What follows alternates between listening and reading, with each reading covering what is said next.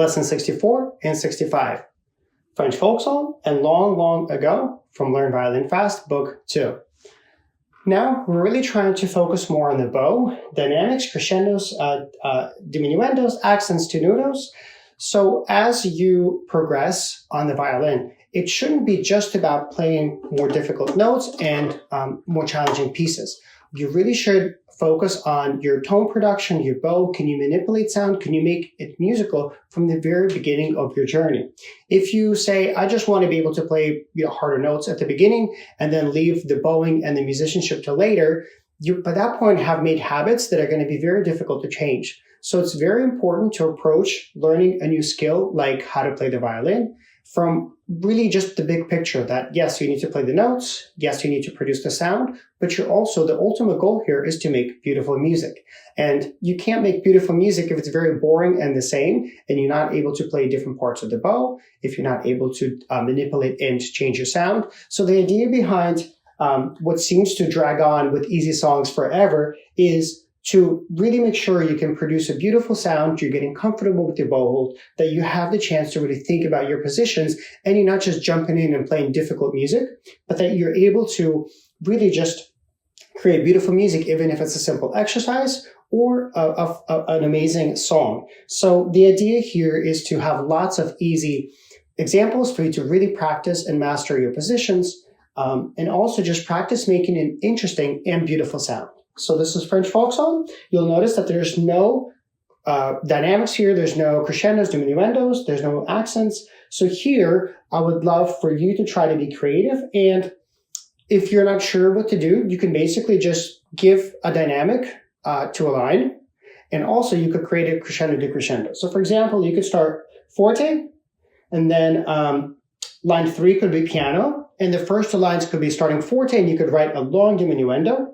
Line 3 will be piano, and then it could crescendo. You could crescendo line 3, 4, and you could have the last line, line 5, to be forte until the end. If you recall one of our previous lessons, we discussed that phrasing or crescendos, diminuendos within a musical melody or a line is how we make something interesting.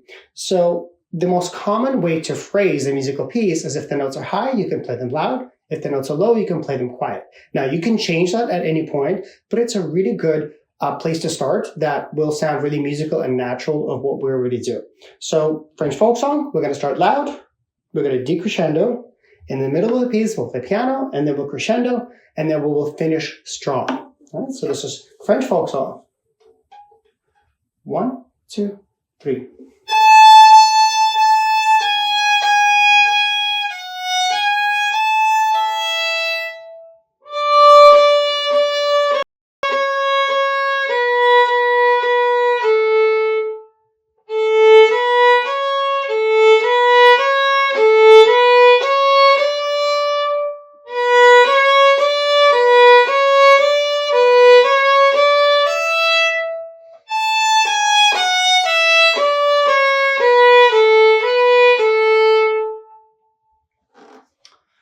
Now, long, long ago, number 65 by T.H. Bailey.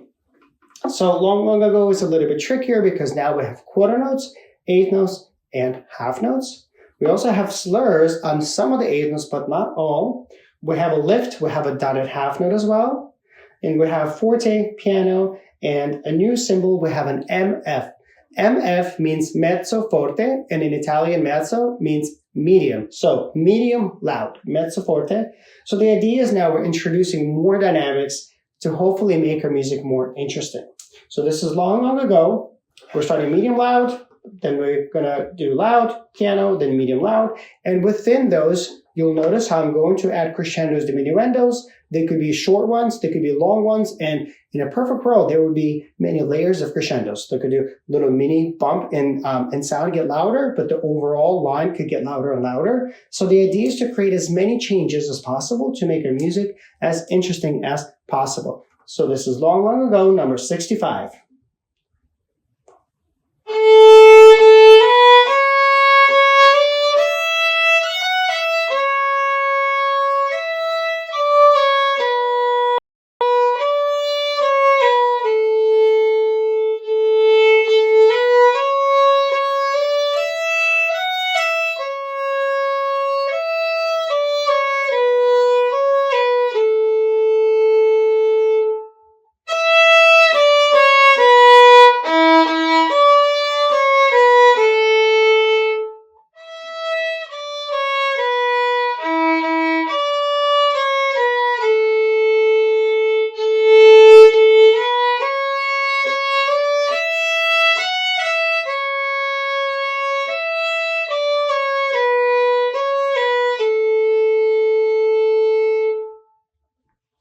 And I'm not sure if you noticed that the first and the second line were in opposite bow direction. We started down bow, but the second line is almost identical, but it started up bow.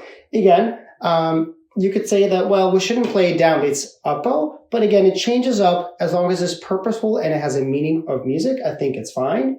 We also had, you notice how we had some one on the A, one on the E. I did not pick up my finger. I rolled it over.